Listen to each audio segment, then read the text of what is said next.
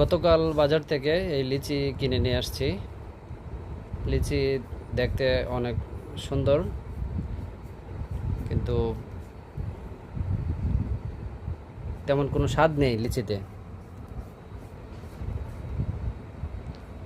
লিচি সাধারণত মানে স্বাদের জন্যই আমরা খেয়ে থাকি,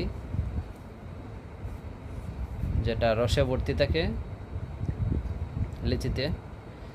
এই লিচিতে তেমন কোনো রসও নেই, শুধু শ্বাস আছে। এখন যারা লিচি বাজার থেকে কিনবেন, টকতেই হবে মনে হয়।